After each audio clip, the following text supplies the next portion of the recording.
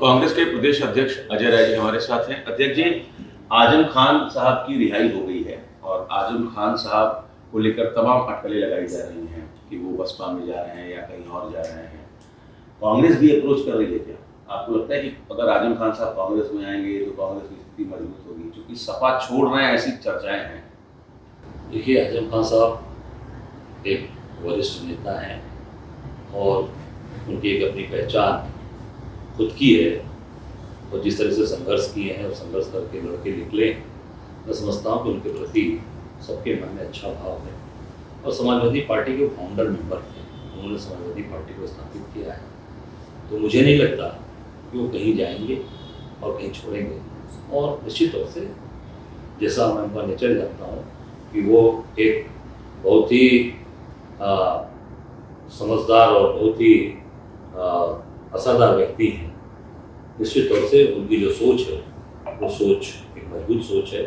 वो केवल कहीं जाए नहीं करें ऐसी सोच उनकी नहीं है। मुझे लगता है कि वो निश्चित तौर से जहाँ हैं वहीं रहेंगे। थोड़े में ज्यादा स्वाद ये तो है इसकी खास बात। वाओ मम्मा, क्या स्वाद है! अरे मेरे राजा, मसाला। ये सब केवल और केवल एक चंडू खाने में जैसे होता है ना, चंडू खाने का गप है, केवल उसको उनको एक उस तरीके से उनकी पर्सनालिटी को कमजोर करने का प्रयास है।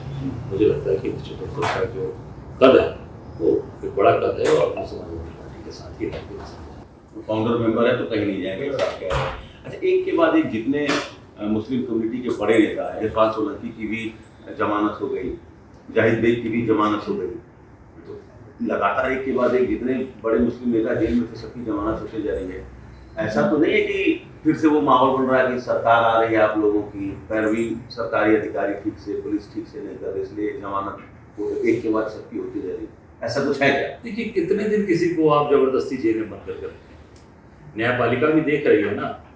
न्यायपालिका जो माननीय न्यायपालिका में माननीय जजगण बैठे हैं वो चीज़ों को देख रहे हैं कि किस तरीके की चीज़ें चलाई जा रही हैं। सरकार जो पेपर मांगे जा रहे हैं, जो कि किस डायरी उसमें चार्जशीट है, उसमें कितना टाइम लगाया जा रहा है, तो न्यायपालिका देख रही है। तो पैरवी करने वालों पर भी तो निर्भर करता है ना जमानत। नहीं, पैरवी के साथ साथ फर्जी मुकदमे लगा रखा है ना। आप बताइए, जाहिद बेग साहब को बंद किया था, वो पूरी तरीके से उनके परिवार को उसमें उनके बच्चे को, उनकी बीवी को, उनको सबको फर्जी फंसाया था। वही इरफान सोलंकी के साथ थी सारी चीजें। एक उधर बरेली के अंदर किसी का पेट्रोल पंप डिमोलिश कर दिया था पूरा, उनका नाम बोल रहा हूँ, वो पूरी तरीके से उनको प्रताड़ित किया। आजम खान साहब को देखिए कितना प्रताड़ित किया गया, 72 मुर्गी चोरी से लेकर क्या क्या उनके ऊपर आरोप लगे। आप सोचो, आप इतने बड़ा कद का व्यक्ति जिन्होंने पूरा जीवन दिया समाज का संघर्ष करने के लिए, ये सरकार बाहर होकर काम कर रही है। सरकार पूरी तरीके से फर्जी मुकदमे लगाकर, तो मैं समझता हूँ कि माननीय न्यायपालिका को लगा कि ये चीजें गलत हो रही हैं और न्यायपालिका ने निश्चित तौर से न्याय किया है।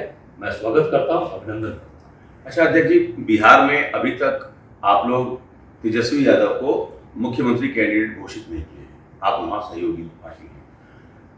क्या इससे एक मैसेज यूपी में भी नहीं जाएगा कि जब वहाँ आरजेडी मजबूत है फिर भी आप लोग तेजस्वी यादव को मुख्यमंत्री कैंडिडेट घोषित नहीं कर रहे हैं गठबंधन की तरफ से, तो ये समस्या तो हो सकता है फिर अखिलेश यादव के साथ भी यूपी में हो? देखिए, किसी के साथ कोई समस्या नहीं, आपसी सब लोग सामंजस्य से काम कर रहे हैं, एक दूसरे के साथ कंधे से कंधा मिलाकर खड़े हैं। ये भारतीय जनता पार्टी परेशान है, ये पूरी तरीके से डर गई है कि अब क्या हो रहा है, क्योंकि वोट चोरी का मुद्दा गर्मा गया है, घर घर चल गया, लोगों के दिमाग में बैठ गया। और मोदी जी की माथे पर ये, हाँ ना, जो माथे पर चपक गया है, मोदी जी की माथे पर चपक गया है कि वोट चोर है ये पूरा देश और समाज जान गया कि मोदी ने वोट चोरी करके प्रधानमंत्री बने, वोट चोरी करके सांसद बने, पूरा वोट चोरी बनारस में आप देख लीजिए। 1 बजे तक मैं जीत रहा, उसके बाद अपडेट बंद कर दिया गया, फिर शाम को बताया गया मोदी जीत गए।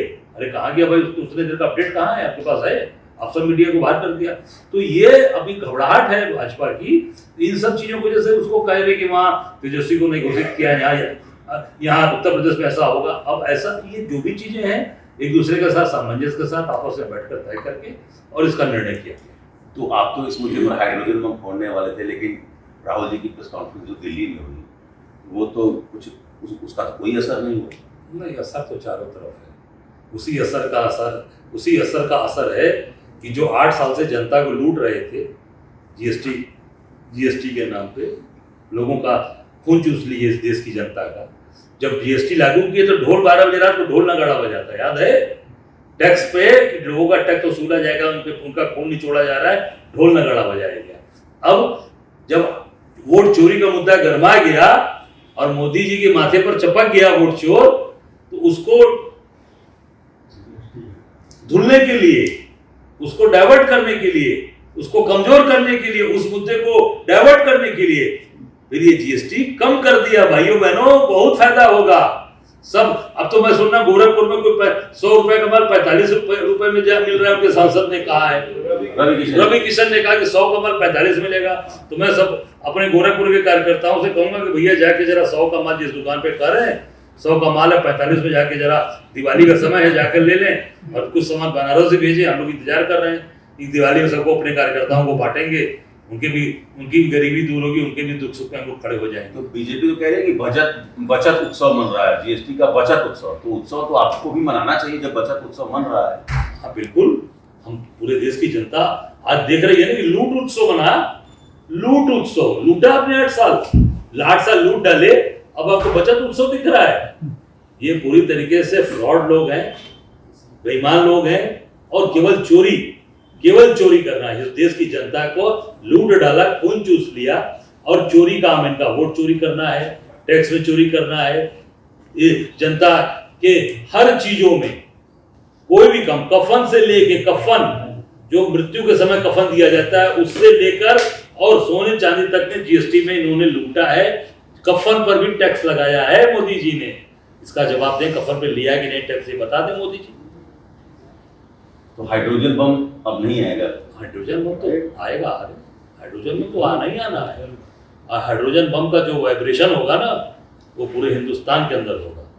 और वो हाइड्रोजन बम के लिए भी हम लोग सारे उसके अलग अलग सारे सामान जुटा रहे हैं, सारे केमिकल्स जुटाए जा रहे हैं। जितने हाइड्रोजन बम में इस्तेमाल बहुत तगड़ा होता है ना, तो सारे केमिकल्स जुटाए जा रहे हैं। जब उसका एक्सप्लोजन होगा तो मोदी जी हिंदुस्तान में चेहरा दिखाने लगने को चाहिए। चलिए, तो ये थे कांग्रेस के प्रदेश अध्यक्ष अजय राय जी, जिन्होंने तमाम मुद्दों पर हमसे बातचीत की। Amit Singh, TV 9 news Varanasi. थोड़े में ज्यादा स्वाद, यही तो है इसकी खास बात। वाओ मम्मा, क्या स्वाद है! अरे मेरे राजा, सबका राजा आरती और मसाला।